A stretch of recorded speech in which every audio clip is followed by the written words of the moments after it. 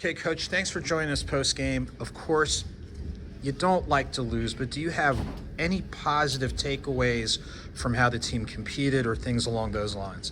I didn't like the start. I think we were slow out of the gates again, similar to last night. Got better as the game went on. Didn't mind the last two periods.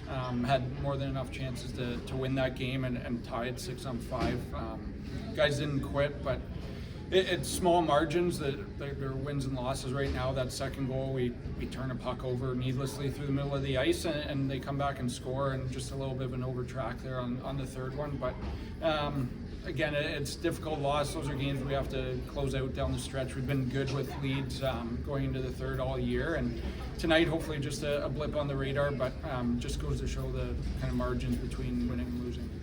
And I want to bring up the slow start. This is the 34th time that the Glads haven't scored in the first period. Are you going to try to fix this when it comes for the playoff time? Well, we've scored then 32 times in the first, but I mean, you always want to get the first goal. Some games are different. I mean, today I think we only had 3 or 4 shots in the first, so that wasn't good enough. But we were just second best in the first period, second on pucks, and that's why we also missed the net a ton tonight in good scoring opportunities. So you always want to get the first goal, but I think outside of that, even if you don't score, you want to create momentum and get to your game right away, and that's kind of the main focus going forward.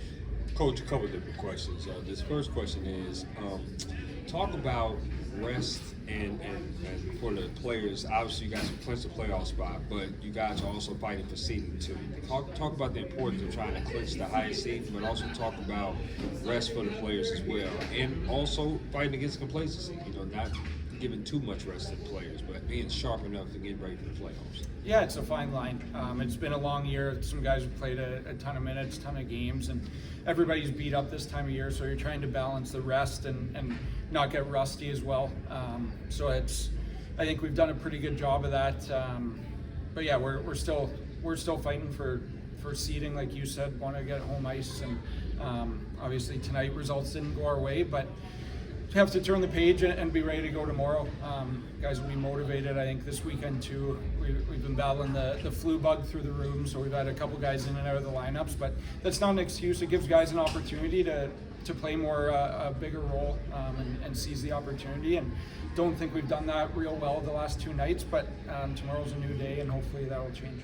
Just to follow up real quick, is there a particular thing that you're seeing in the games that is a consistent issue or problem, or is it different issues in different games that maybe you're seeing that you want to fine-tune before you get to, obviously, playoffs? Yeah, I think there's some details that haven't been there the last couple of games. I think in the first period tonight we were disconnected, looked slow, weren't working to support pucks, and as a result, that a lot of times with a guy with the puck on an island. So that's an area we have to be better at. But I don't know if there's one kind of underlying factor that is causing it. Sometimes you just kind of go through ups and downs. I mean, we won 5 in a row and now have dropped 2. So we don't want to be a team that's streaky like that. Just turn the page and be ready to go tomorrow. All right, Coach, you already kind of alluded to it. Division games, crunch time, even the teams that you're playing, they're either fighting for their playoff lives or things along those lines. What's one thing that you feel like you'll be able to really lock in on that's going to help for tomorrow? Yeah, I think just matching the urgency of the teams we're playing. Like you said, they're fighting for their playoff lives, and give Greenville credit. I thought they played very well last night and today. And last night I didn't think we matched that. I didn't love the energy we had.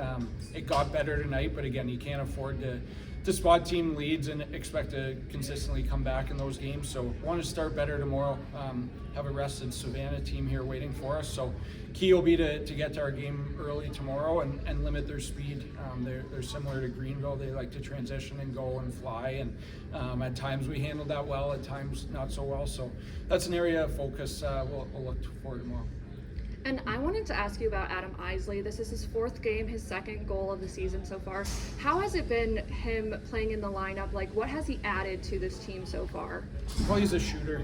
He's a goal scorer. He's had 2. He's been robbed or missed on a handful of other opportunities. So he skates well. His details are good. He's good on the walls and adds another scoring threat up front. And I've been impressed with him and Irie as well, too. I thought that line with O'Brien tonight was really good. They generated tons and tons of chances. Would have been nice to see a couple more fall, but they play the right way, and we're lucky to have them both.